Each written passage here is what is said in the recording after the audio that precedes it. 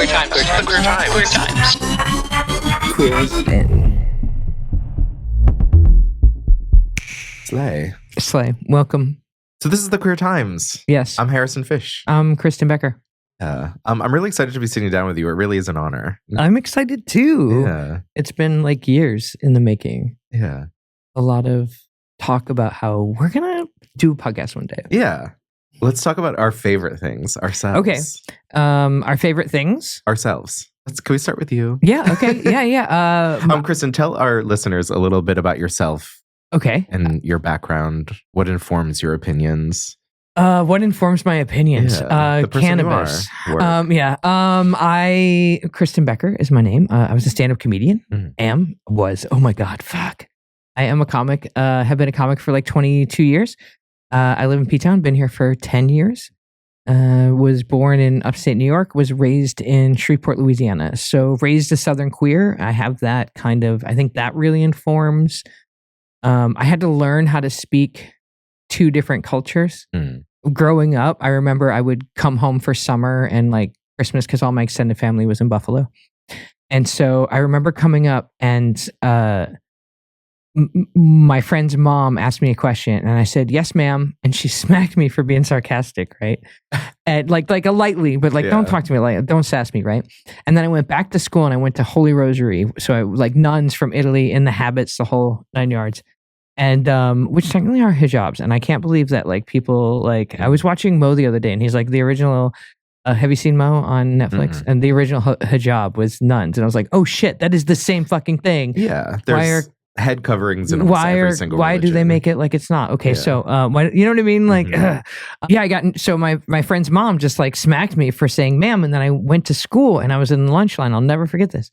And the woman was like, the lady working at the lunch counter was like, "Would you like whatever?" And I said, "Yes."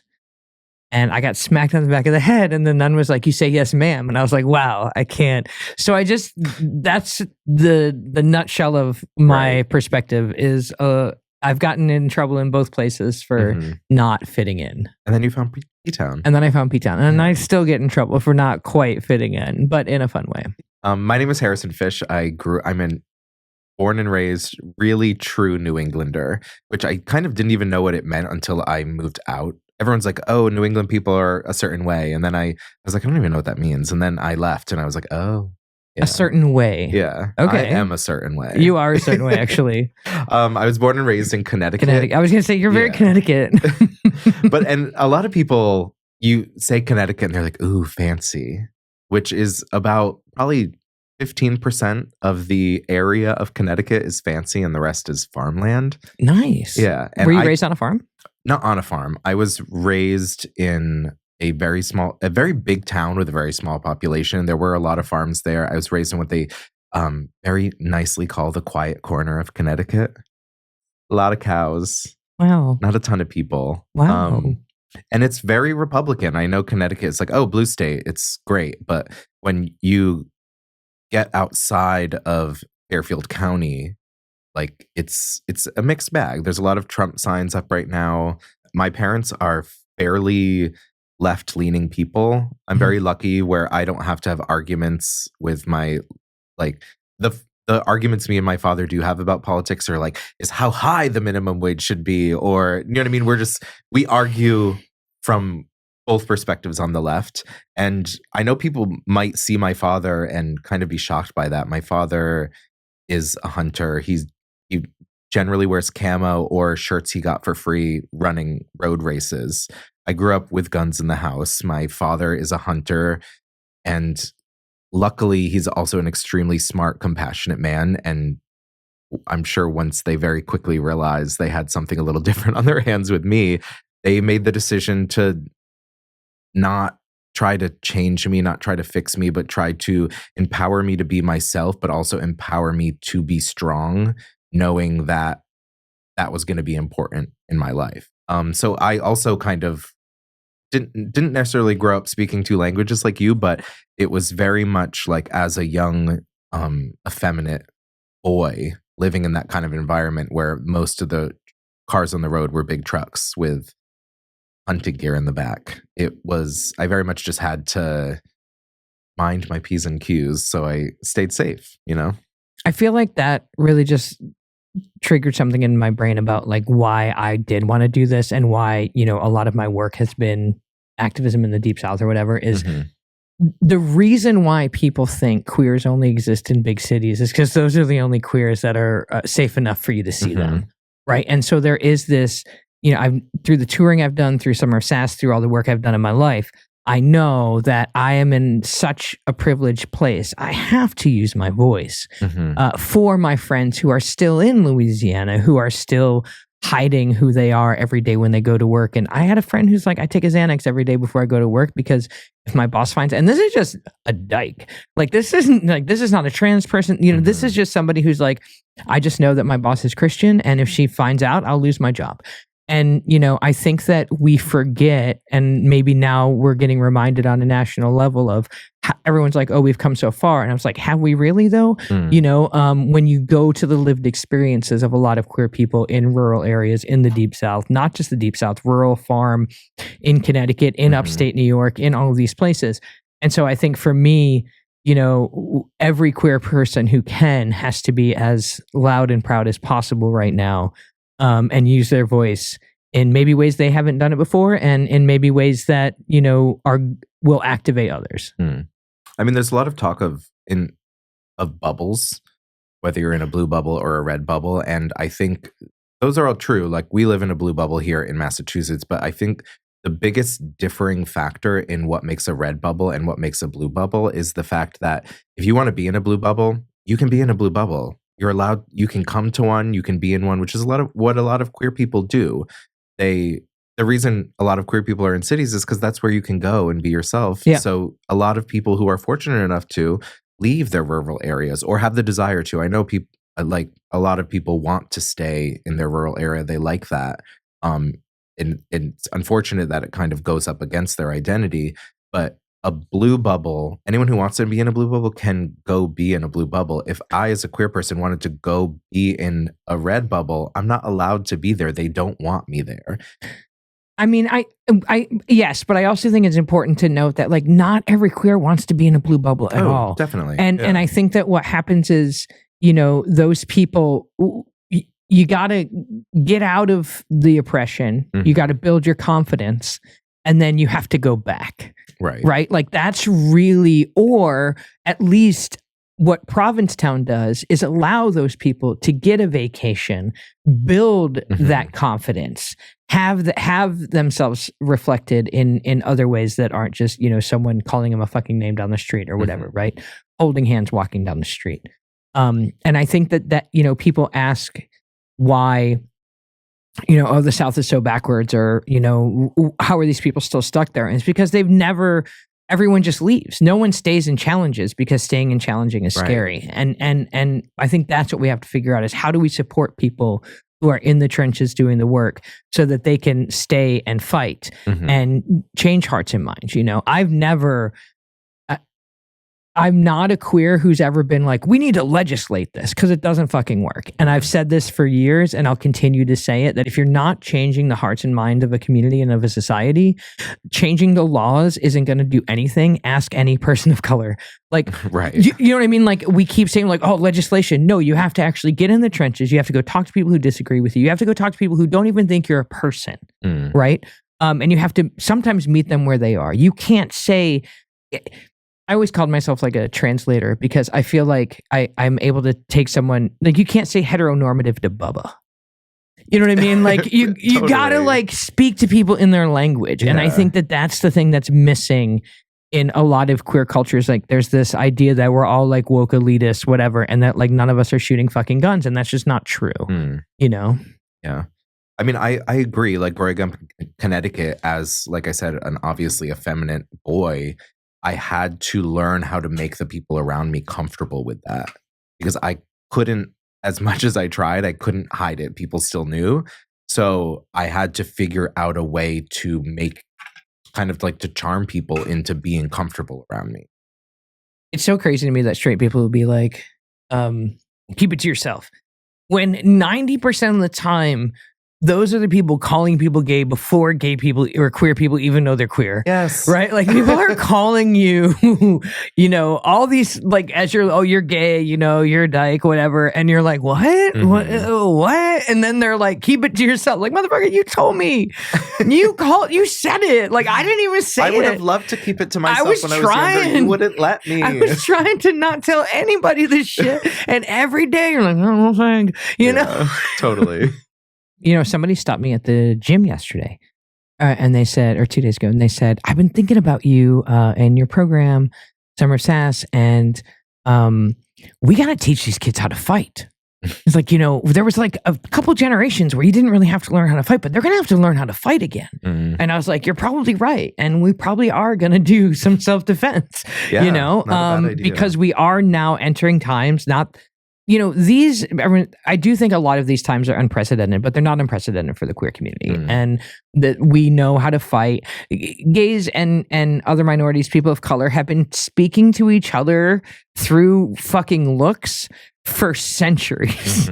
Like we know how to do that. We could literally be in a room, clock the other 4 people that are on our team. Oh yeah. And plan a takedown with no words spoken. It's in us innately. We just have to get this new generation. Unfortunately, we're going to have to get them trained up and ready to go to battle for a little bit. I think they're having that realization as well. Yeah. And honestly, a lot of battles aren't necessarily happening where they used to happen. They're happening online. And I think it's a, what's the word? Because in their strength to be able to fight without falling apart. And I know that's Correct. hard because being confronted with the fact that there are so many people out there who don't want you to have the things that you feel like you need in your life to survive is jarring and very difficult to confront, but that can't make you lose the strength to keep fighting for it. Correct. And that's all. You know what? That was perfect. Yeah. There's nothing I could have added to that would have. Thank you for your wisdom. Let's talk about what we want this to be, what people should expect from it. I want it to be good. Work. Okay. Yeah. So how about I'm into that? I want it to be good. That. You like that? Yeah. We are calling our podcast The Queer Times. The QT. QT. Oh, what a QT. Yeah, I like the Queer Times. Yeah, that's cute. Queer Times. But the word queer has people have a lot of opinions about it. And I understand. Old people have a lot of opinions about it.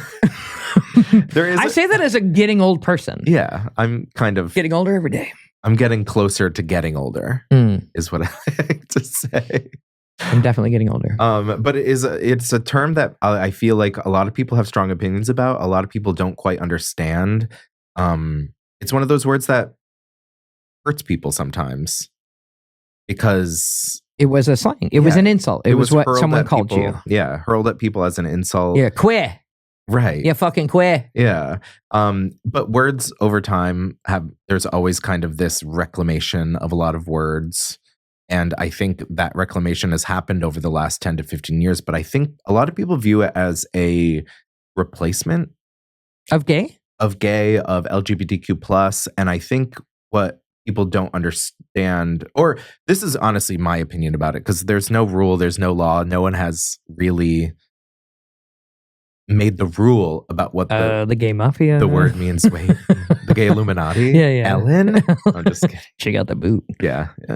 But the way I kind of view it is that LGBTQ+ or gay, lesbian, trans are all identities, where queer is kind of an ideology. I like that. Yeah. It's the umbrella. Not even. Okay. I think there's gay people who are not queer.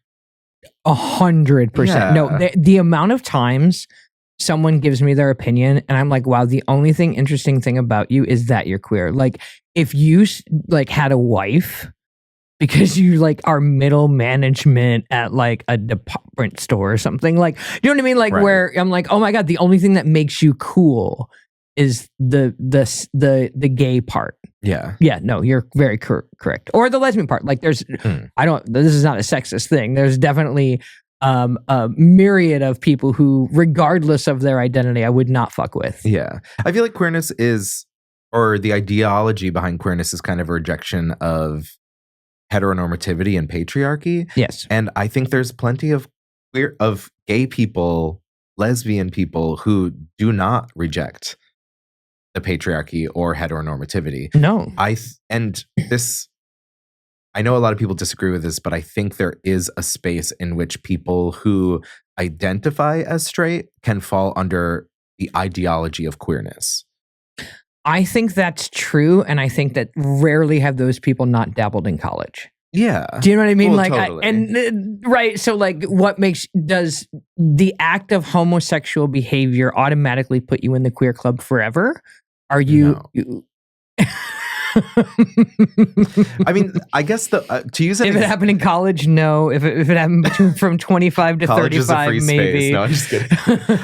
But I think I have a lot more in common with these might be people I know, but I think I have a lot more in common with a man who exclusively sleeps with women, but their thing is getting pegged by lesbians. Yeah. I feel like that person, although is straight, only is a man and only has sexual experiences with women, I think. And also that person kind of is... So you think that's straight? No. Oh. I think it's straight. That is a man who is only having sexual encounters with women. That is the identity. That is heterosexual. Of that's straight. Not straight. Well, right. But that's what I'm saying. I think it's straight, but I think it's queer. I don't think it's gay of them to do that.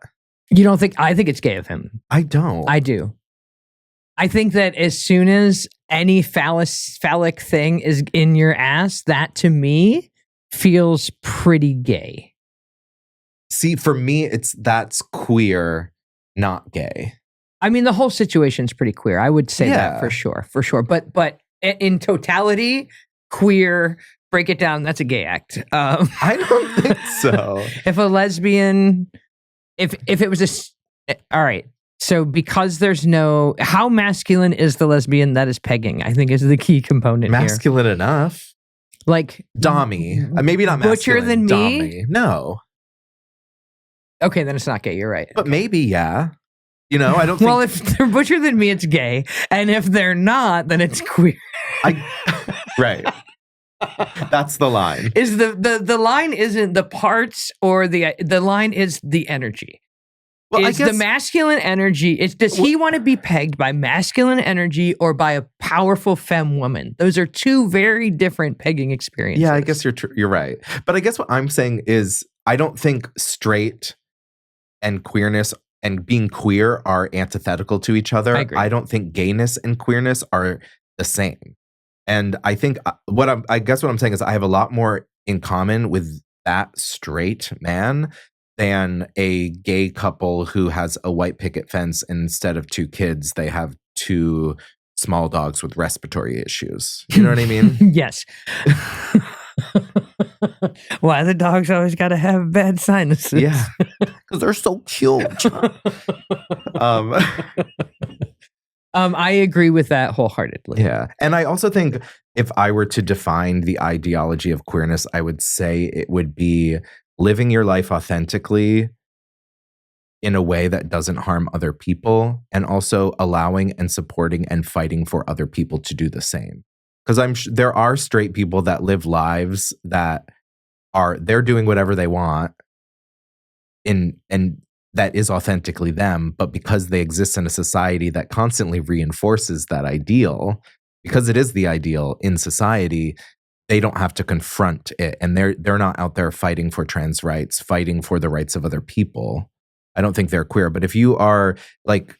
I think some people are just busy. I think there is some reality to, you know, and I think that this happens in phases, right? I think that everyone knows, like, your 20s into your 30s, like, there is this activism that happens. And then there's a point where, like, if you were really active in your early 20s, mid 30s, where you might start to fade out because you want to spend time and don't. I think that there is a large percentage of the population that is just still, I don't want to say sleeping, but like, is just like focused on their life. Mm. And I think that our job right now is to be like, hey, right. hate to get you out of this and engage you, but you're going to have to be engaged in this. You're going to have to use your voice for these people now. Mm-hmm. Maybe just but I also feel like people are gonna. I guess what I mean is like if in the terms of queerness, people who are oh, that's not my job. I don't have time for that. They don't get to be queer. And in the same way that gay men who are living their nice little heteronormative life and don't want to rock the boat because they're safe and comfortable enough, those people aren't queer either. That's what I mean when gay and queerness are not the same. Right. I guess I just am.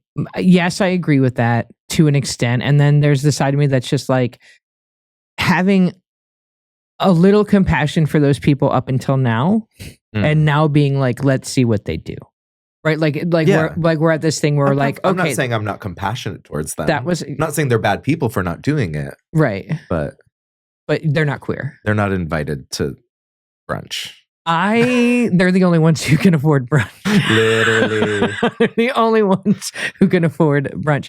I am a spectrumist wholeheartedly. I think that everything exists on a spectrum.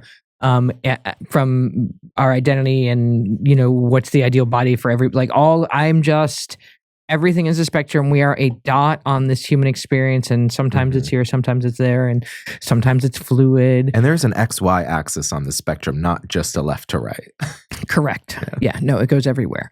And I have been trying to apply that lens to everything in my life, and I think if we could get people to understand that the binary is hilarious and that there are representations of that spectrum all around them, maybe this wouldn't be so hard. Getting people to accept different identities and ways of walking through the world. I mean, I just think this podcast should be diving into news in a real way and how it affects us personally and how it affects our community and the country as a whole. I feel like there are so many news networks where you're not allowed to get into the nitty-gritty of it all because it all has to be fact-based and not necessarily opinion-based, but we're allowed to do whatever we want. We can do whatever we want to. We can talk about it. We can use the internet and ask it questions and put together a perspective that hopefully resonates with people and is most certainly from a very queer lens. And doing it from, I think, full disclosure, a very privileged spot. Yeah. I live in Provincetown. Harrison lives in Provincetown, Massachusetts. If you don't know, very gay, very, very gay, sort of queer. Yeah. That's very true. Right. I feel like, I mean, Provincetown is known for a lot of things. It's one of the oldest artist colonies in the country. It is known as the birthplace of American theater. It is the birthplace of the country. Yeah. This is where the Pilgrims landed first. And I will say it again. I say it to you all the time. If this is where America was born, this is where America has to be reborn. So we're gonna do it. The revolution starts here. They did land here and go yuck and then leave and find somewhere else. Fair. Well, I feel like being in Provincetown in Massachusetts is one of the most known as one of the most progressive states in the country. We have really great healthcare here. It predominantly voted blue in the last election, and Provincetown, I'm fairly certain, voted in the mid-90 percentile Democrat this past election cycle. So obviously there is a lot of privilege that comes along with living here in Provincetown. But it's also a unique experience that doesn't exist anywhere else in the world, where that privilege kind of translates into new ideas, new thoughts, a unique way of thinking, and a unique perspective. A unique perspective when I look into the rest of the country right now, where I'm like, I toured the whole country for years and years and years. And the idea of going into it right now is like, it's sometimes terrifying, right? I feel like when I lived in other places, like when I worked at restaurants, I'm a lifelong restaurant employee, service industry professional. And so many places that I worked before I moved to Provincetown, I was the gay guy, the gay server. You know what I mean? And being able to be here where it is predominantly queer people, LGBTQ plus people, that gets to fade to the background a little, which obviously I don't want it to be hidden, but it's kind of just like an assumption that people who are here are queer. So it doesn't have to be the leading thing that is like your biggest. And you don't have to get along with every gay. Yeah. That's right. that's something like in a small town. It's like, oh, well, I guess we're the queer people, so I guess we're now friends. Best friends. Yeah. I mean, until the revolution, and then you have to get along with every queer. Yeah, that's just true. part of it. You have to get along with every minority. It's going to take all of us banding together. Yeah. To burn it down. I think you still don't have to like every queer person, but you have to support them. Yes. Unless wait, but so here's the thing. Mm. Do you? Because there's a lot of queer assholes, right? And so Yeah. is this about identity or is this about class? Right? Because as soon as you said that, I was like, I don't know. I know some real rich fucking queer assholes that subscribe to things that I don't believe in, and that is hardcore capitalism, quite frankly. And do I have to support them because they're queer? No. Right? Is it about, like, I feel like it is. I thought before that it was about class and not identity, but now I'm very certain that it's a lot of class. And so as much as we're coming from a queer place, we're also coming from a very rich place. Provincetown's motto should really be all are welcome here if you can afford it. All are welcome here if you can afford it. Yeah. And P.S. you cannot. Right. You cannot afford it here. I'm here by the grace of some rich people. And that aren't the bad ones. That aren't the bad ones, because that's the other thing is there are most certainly, and I don't think we're talking about that enough. I think that the culture of pariah that is, extreme real estate capitalism and all the things that happen and Airbnb and all of it, it's the good people are actually not being elevated the way they should be. And when people are doing the good work, we need to make that cool. We need to, instead they're like kind of, they're not assholes. They're not making it about themselves, right? So the people who are doing the good work are doing it in these little isolated bubbles. And they're and the community doesn't get to go, hey, you're, all right. So when you see somebody out at a bar and you're like, that's that fucking asshole that owns 6 houses and he never tips and he's, he doesn't think bartenders should own houses and whatever, everyone knows that. But we never hear the story like, oh, hey, that's the guy over there that didn't they? He bought all those houses and he made them all market rate. And, I really wish we can change the culture to it being something that celebrates good. Yeah. But oftentimes they hide. They don't want people to know the good work they're doing.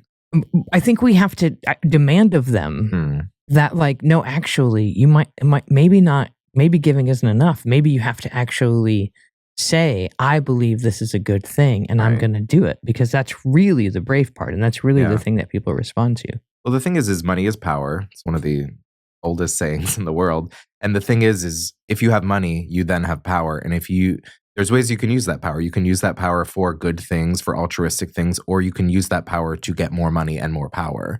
And that's really what we're seeing on the grand scheme of things in our country and in the world in general. The really bad, really rich people are using their money for more money and more power rather than using their money to make the world a better place. Is that just filling a hole in their heart? I don't, that's the part where I'm really you'll hear every now and again, people are like, oh, if I had all the money in the world, I would just try to help people. Yeah. And could there really simultaneously be this many supervillains at one time? Could it really be Bezos and is this some sort of fucked up Justice League that it is all the supervillains? So because it's Bezos, it's Musk, where Bill Gates, I feel could go either way right now. He does some good things. He does a few good things, but I think he also thinks it's hilarious that people think there shouldn't be billionaires. I don't think that's something that he processes. Yeah. I think Melinda's going to save us there. He just did a thing. He's missing her. She's not going to take him back because he turned into an asshole. But she does do good work, and so hopefully she'll be able to get him back. Well, the Gates Foundation does something really cool out of Nantucket. They, in the same way that we're trying to suggest, they buy up properties that are so outrageously priced because it's in Nantucket, which is kind of where we're at right now here in Provincetown. A lot of restaurants are up for sale at a price point that is in line with the market, but not in line with the price point that you could pay for a property and continue to sell $11 bowls of chowder. And make a profit, which then what happens to that property? What Bill Gates does in Nantucket is he buys up those properties and then basically has an organization that people submit business plans to. And the best business plans or the most interesting gets the opportunity to rent those spaces significantly under market And that's why you go to Nantucket and there's super cute, cool coffee shops and really fun businesses. And where's our gay Bill Gates here in Provincetown? I think that the idea that people need to go into a community and like, listen, all right, if you are going to make that much money, when you come into this community, you have to do something more than just like buy Airbnbs. Like, can you contribute at all in any way? And even though that's kind of like an interesting Hunger Games-ifying like the space, right? Like you can all compete to see if you get to earn a living for yourself and your family. Right. Would you like reduced rent? Prove it, right? Like that's still like, that's the best we have, and I'll take that, right? I do think that there hasn't been, people talk about, and I think this, what we're talking about, like we're experiencing it in a microcosm because we have, 5 miles by 2.5 miles or whatever the size of the town is, 3,500 people all year. I think this same thing is happening in every medium to large town across America. When we criticize these people, I'm not often criticizing the people doing what's best for them in the system that we have. I'm more often... Wait, go deep. Wait, say that again. The people who are doing the best they can in the system we have. Like people who are using their money and buying Airbnbs because they want to make money, or landlords like buying things to rent to make money. That is... No, that's fine. Yeah. Well, I don't know. That's fine. But I understand that within the system we have, that's what they're supposed to do. I'm criticizing the system. When I say landlords are terrible, yeah, I that is an idea based in reality, but I think the system that allows them to be that is really what I'm critiquing. The shortage of housing, the lack of wages, all of those things, or like, because I don't have a problem with, somebody said to me, Americans have been renting since America began. I was like, yes, of course. But it used to be that you would buy a house, and then it would be a double, right? Like if you're a Rust Belt person like I am, you'd buy a double and you'd live downstairs. And then you'd rent your upstairs out for something that would help you so that your mortgage only cost 50% of what it would normally cost you. And at the end of the day, you would have that apartment. And that used to be what renting meant. It meant that you would share your space with somebody and they would save up enough money to then eventually buy their home, and you would get 50% off your mortgage every month, which is a profit. Right. And now you have to clear your mortgage and all of your expenses and make sure, like, it's the expectations of people who own are insane right now. Not everybody, but a lot of them. I think the idea, the over commodification. I love that we just we're like, let's talk about what this podcast is going to be. And we completely went and when we just fucking went, fuck rich people. Yeah, this is what this podcast is going to be about. But the over commodification of houses, and people's need for shelter, I think is the bigger problem. The fact that, is it a need or is it a want? Do you want to have a roof over your head? Have you know what I mean? Yeah. Do you need to have a place to live really when there's, because that's insane, but that is literally what our government says. But also like homelessness went up 20% in the last year. I think it's something that should be addressed. And I know everyone's like, but this is how the system works. It's like, yeah, but the system isn't working. If the system was working, we wouldn't be having a 20% increase in homelessness every year. And that's why so many people were okay with burning it down. Like what is happening right now in this administration, as much as everybody is like, like, of course, no one thinks it was working. It wasn't working.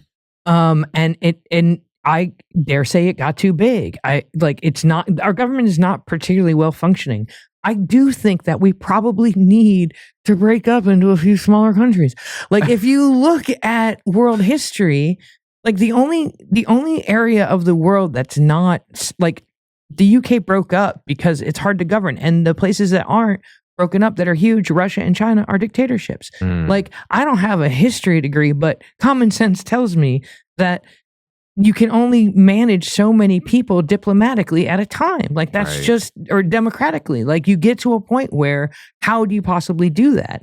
So we need to be at the cutting edge of it. New York and Massachusetts and all the New England states take all their tax dollars, give California a little little call on the phone and say, we got you, and come together and jump shit. Because if they're going to break it, that means that we get to rebuild it however we want to rebuild it. I think the thing that this administration is not thinking of is that their arrogance and their white maleness of it all is saying like, hey, we're going to break this and then we're going to rebuild it. Fuck it if you break it. I ain't giving you my taxes. I ain't giving you nothing. Like, we're going to rebuild it with ourselves participating in it. All these people that you're excluding right now, you're excluding it and we're going, oh no, we're not part of the government. And I'm saying, fuck you. Let's break it and then we'll rebuild it and we'll be as involved as ever before. We might even have our own cooler government over here. You know, the gays do it better. That's like so we might true. even just build our own cooler, better way of doing it. I got amped. I hear ya. We need a lesbian in charge. No, fucking no. No? No. Do you see that fire chief? No, it's not fun. It's not, you never get to be, if you're anything but a white guy in charge, then it's not a good time.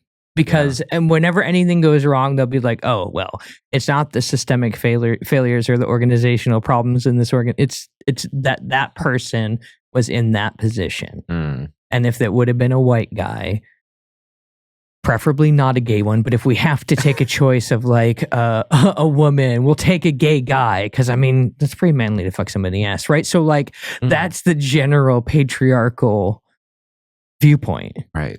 So no, we don't. Women are not going to run this. We're going to fuck off and go do our own thing. And we'll let men in occasionally. Or you won't come. Can I come in? Yeah, definitely. Okay, perfect. No, definitely. Because that's where I want to be. I mean, yeah, but like not when it's a minority. It's not fun. Where do you, well, also since we're talking about news politics, that's going to be a lot of what we're talking about. Where do you feel like you fit on the spectrum of politics? I think I'm left of center, but maybe I'm a little further right than you are, but I'm not sure. I'm not sure which one of us is more of a dirty socialist. But I think I didn't know about your gun history. I'm wearing camo. You are wearing camo, but it's chic. You know what I mean? It is from Abercrombie. Yeah, so no, it's not chic, real but... camo. That's not Walmart camo. No. But you know, I feel like there are not enough moderate centrist voices that are queer. And for all the things we talked about, it's not necessarily safe for people who grew up in places where we grew up to use their voice. And so the only voices you get are from the queers who wanted to be in New York City and wanted to, you know, there's a lot of queers who didn't. And so I think that informs my politics. And so, but yeah, I feel like I'm just not quite as left as most Trump people think I am. Interesting. Well, once you're past a certain point, but I'm way more left than most queers think I am. Most gay guys think I am. Yeah. I mean, when not to be a dirty socialist, lesbians, like you said, and corporate lesbians. No, the corporate lesbians are a whole nother brand. But anyway, the corporate lesbian and the corporate like 40 to 50-year-old white, those people are the patriarchy to me. Well, I think they lack a perspective in which you think about like the people who came up through the corporate world who are now like in their 50s and 60s, and you look back at how queer history interacted with that. I feel like what happened is the people who are most othered within the gay community fought really hard because they were the people that couldn't hide. They were the people that had the most to lose. They were the people that were being affected the most. And a lot of white gay people were able to hide just enough. They could go home to their partner, but they could be quiet about it in their corporate life. And then once those people did enough work to get the queer community to be accepted enough where they could come out in their corporate world, they were like, we did it. I did it. I made it. I crossed the finish line.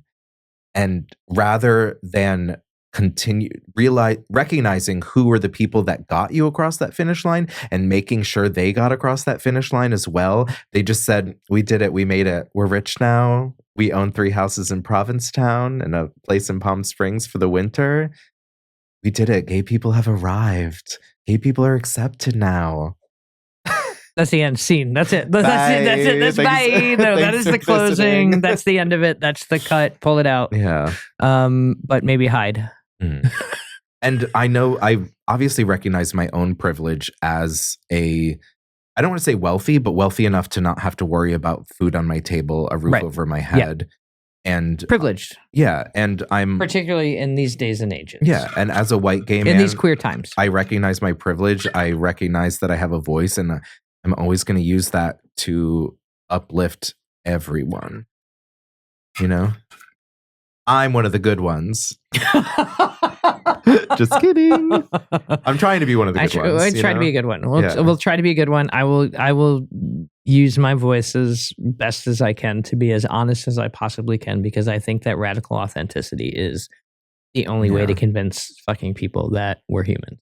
And also, one of the things I always want to make sure I'm doing is learning and growing. And I know that might sound a little cheesy, but like, my opinions are never set in stone. They're always in flux. Right. I'm learning every day. I'm meeting new people every day. And all of those things change my mind constantly. Same. Unless the person that's talking to me is a fucking idiot. And I'm not going to listen. Which is most of the time. I mean,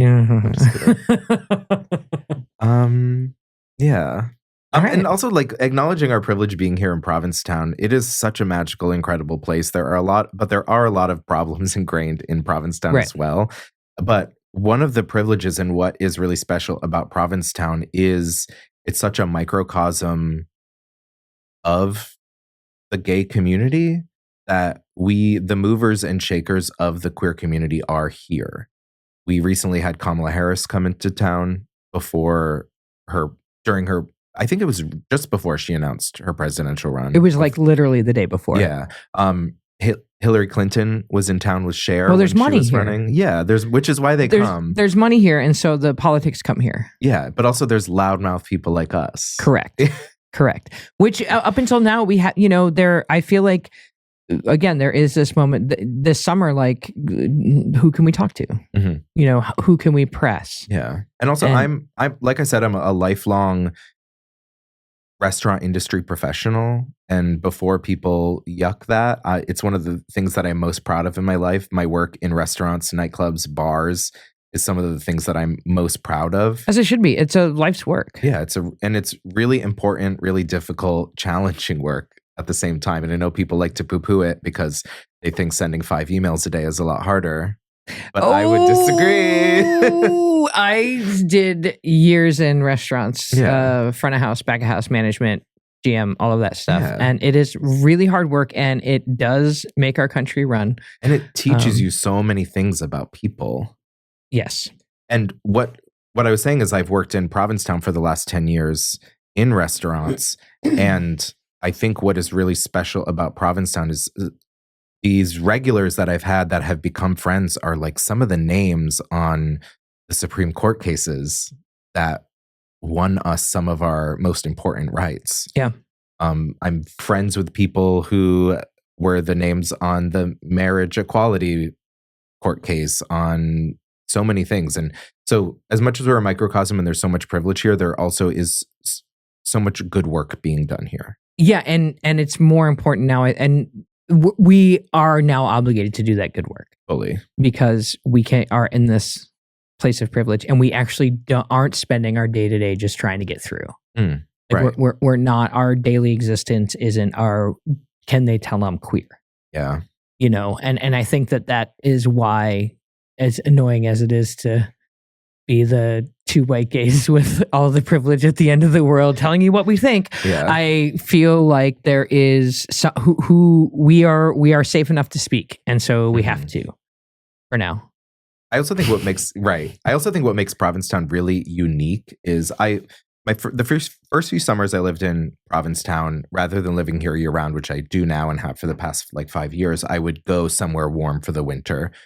Specifically, generally queer places. I did Key West, which was a really weird place, but I also lived in Palm Springs for a few winters, and there was always this weird like, oh, Palm Springs is gayer than P-Town, and who knows, whatever, who cares? But the thing with Palm Springs, do they have a dick doc? Oh, they do. Oh, okay, I'm just kidding. But no, I think the thing that makes Provincetown really special, and I think is the only place in the world where there is the presumption of queerness. Like, P-Town might be one of the only places where you might have to come out as straight. Correct. And I see people talking about Provincetown every once in a while, and they call it queer friendly. And I'm like, it's not queer friendly. It is queer. There's no one who isn't queer allowing us to be queer. There's no one who isn't queer It's hetero-friendly. being friendly to us. Yeah. And I understand why they say that, because it's the terminology that they have. Yeah. But it's not, I don't want to, not that it's not a queer friendly place, but that's not the right term. It is a queer place. Yeah. And I even think some of our own like tourism stuff is like an LGBTQ friendly environment, right? Instead of like, this is a gay fucking town. Right. This is a gay town. This is where It's a gay gay people town. live. Everyone's gay.